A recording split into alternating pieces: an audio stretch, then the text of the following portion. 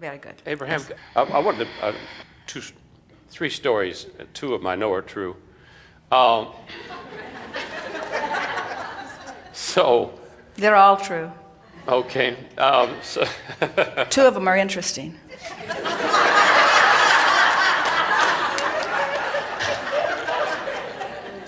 Okay. So I remember a few years ago, 1969, I was stretched out on the beach in San Diego, Ocean Beach, laying on the sand, and I felt the earth shake under me. And I just jumped up and started running as fast as I could and jumped in my car and drove to the highest part of that part of San Diego as fast as I could. And I don't remember ever hearing anything before that waves could be caused by, I may have, but I don't remember ever consciously hearing that. Okay, one story. The second story, I was driving across the United States from California to Atlanta once. And in mid-Texas, I passed a gravel truck, and then I tried to pass a little pickup truck with a bunch of Boy Scouts in it. But I couldn't pass them because they were on their way back from a picnic, and they kept throwing pop bottles at me out of the back of the truck, which, being a former Boy Scout, that really didn't set well with me. But nevertheless, I was driving a Volkswagen van. It was like I used to call it a tin can with an engine in it. And so it was pretty susceptible to things flying through the front of it. So I just stayed back behind them, and then some car impatiently got around the truck. These were all two-lane roads in those days. And then they couldn't pass the kids either because they're throwing pop bottles at them now because they'd had a lot of empty pop bottles at the picnic. And so then another car got around us, and there was this whole series, and we're just slowly, it seemed like going into Odessa, Texas, and from east going west. And my thoughts are, well, this is going to be over real soon. They're probably local, and they're going to turn off, and then I'll get moving again. I didn't really feel particularly trapped. And then I heard a voice in my headset driving on the sidewalk. Well, boy, I just drove my Volkswagen right up on a little sidewalk. There were no people there. And boy, that truck's brakes had gone out, the gravel truck, and it just came to and just smashed all those cars and all those people, and there were bodies everywhere. And I just could not understand through the years until I met you, why me? Why was I saved? Why was I the only one that was told, drive it on the sidewalk? Why didn't all those children know better than that? Why? And you said to me, they all heard, but they wouldn't listen. They wouldn't do it. They wouldn't take an action different from what they'd been trained to do. They would never drive a car on the sidewalk just because a voice in their head said drive a car on the sidewalk. But you did. There is that kind of conditioning. In other words, I don't break rules or I don't drive on the sidewalk, but there is another part to that too, and that is you have to be within vibrational earshot. In other words, everyone is receiving the information that will guide them to the most well-being that is possible for them. But everybody is not on the vibrational meter in a place where they can hear. Some of them had their radio dials set at a frequency different than where the information of well-being was coming from.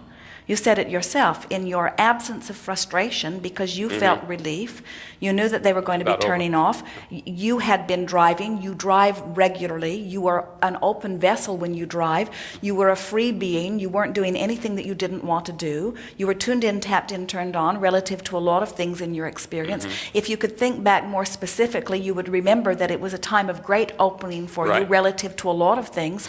So you were in a more highly than usual mode of receptivity. And the other influences in your life had caused you to begin listening for things from the influence of others who had been around you. You were listening. And so we're not saying that source energy is not talking to all of them. Source energy is. We're saying that everybody's not in the mode where they can hear. You can't be in a vibration of despair or anger or depression and all of a sudden tune up your hearing aid and begin to hear. In other words, you've got to practice yourself into that alignment. It took Esther 9 months of meditation to bring herself into the vibrational frequency where she could hear Abraham, you see.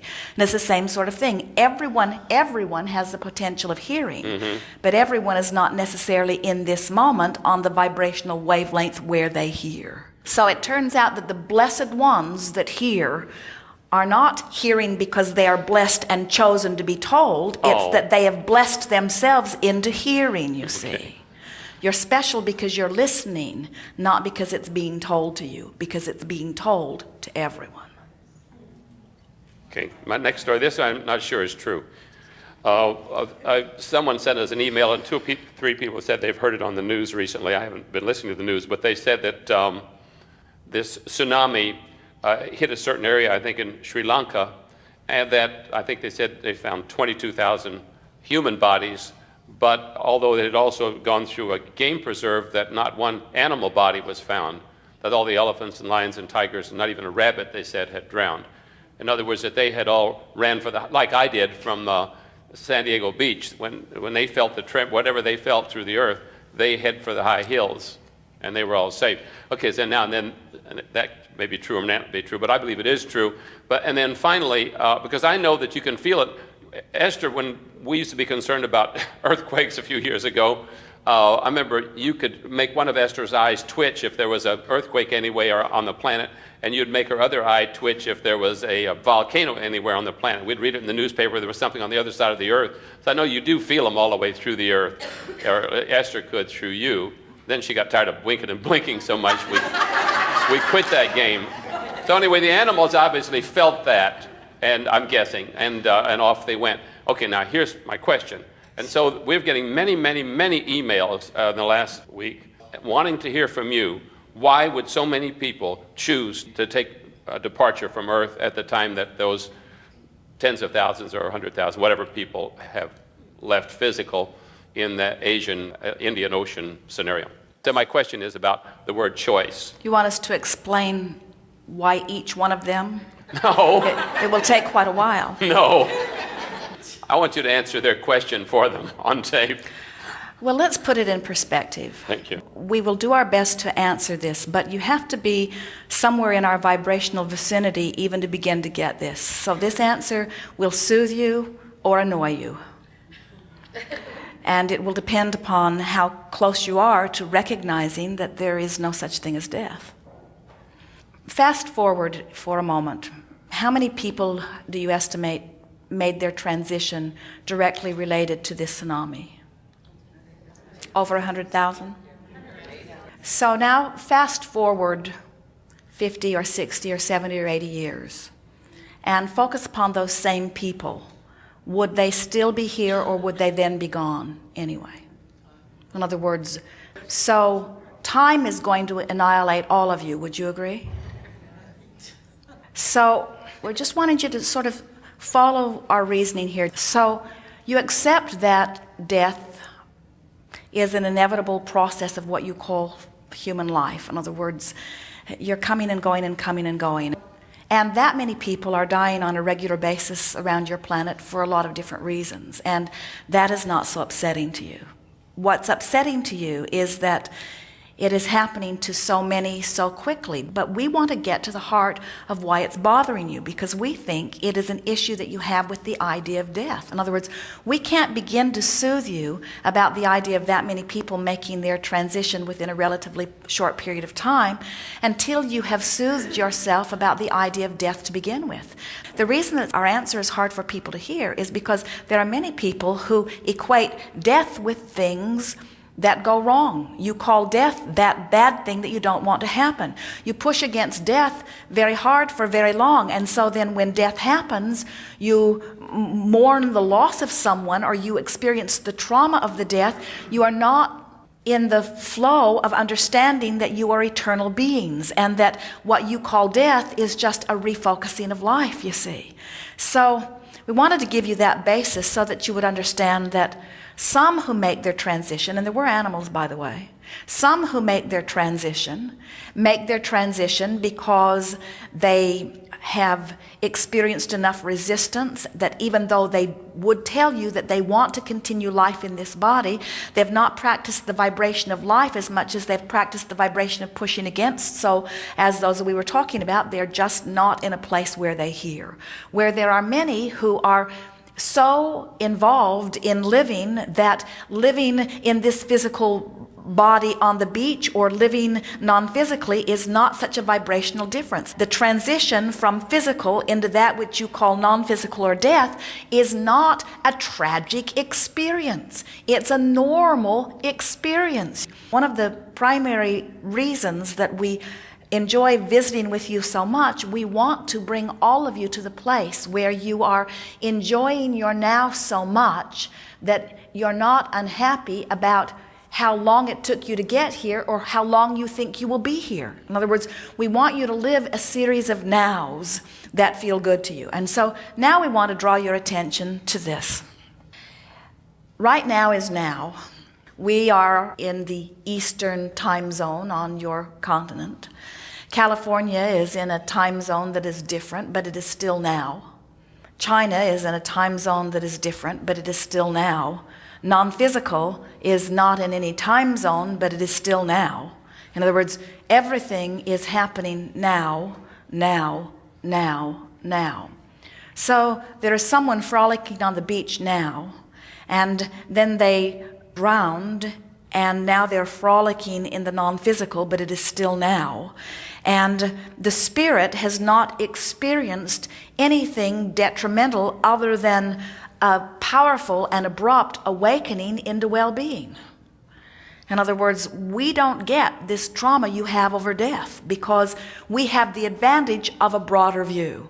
So before we can talk to you about 150,000 people making their transition in a similar area all at one time, we want to point out to you that it happens all the time, that death is a natural thing, that you are eternal beings, that there is no such thing as death, that whether you are in the Eastern time zone or the Western time zone or the other side of the world time zone or the non-physical timeless zone, it is still now, and the potential for joy is still there. And if you will work to get into that modality, you will begin to enjoy your life now. And until you do, then there's not really a whole lot of reason to be in this body, because to be in this body in fear or in dread or in worry or in mourning is wasted life. It is pinching yourself off from the now that is really you see. Now, on another note, we know that it is unsettling to say, oh, just accept death and you'll get along better in this world, because what we really want to teach you is that you can be deliberate creators and you can choose the timing of your death. And when you see that many people make their transition all at once, to assume that it is all miscreating or creating by default is inaccurate, because there are many who have lined up with that. Esther saw 27 dead carcasses on the road as they drove from Destin to Tampa. Some were dogs, some were deer, some were unrecognizable things. And Esther thought, as she saw each one of them, you rendezvoused with a vehicle because you were disconnected and didn't know what you were doing, you blind fool. Or you rendezvoused with this vehicle and used it as your means into non-physical because it was your time to go. You were ready for a new experience. Which feels better to you? And we say, with the animals, they're trying to teach you there's no such thing as death, and when they go, it is with less trauma because they don't see themselves as limited to one body. They see themselves as eternal beings that are continuing to have the experience. But you all get in your bodies and you get all attached to your life. You get attached to the other people. You get attached to your progress. You get attached to your enlightenment. And then you say, oh, I banged around unenlightened all those years and then I got enlightened. Now I don't want to croak and be born back into a body and raised by Catholics and sent to religious schools where I am no longer enlightened, and where I have to climb my way back out into enlightenment. And we have to say to you, the beasts have an advantage to you because they don't have the resistance around starting over again like you do. But from your non-physical perspective, life is eternal and you just don't worry about it. And if we were standing in your physical shoes, we would make an effort every day to get into the rhythm of the eternal nature of your being. And we would never again mourn the death of anyone. We would celebrate it as the ongoing, readjusting maybe and re-perceiving maybe perspective of life. There is nothing wrong with what you're calling the death experience. And until you make peace with it, you will not live, you see.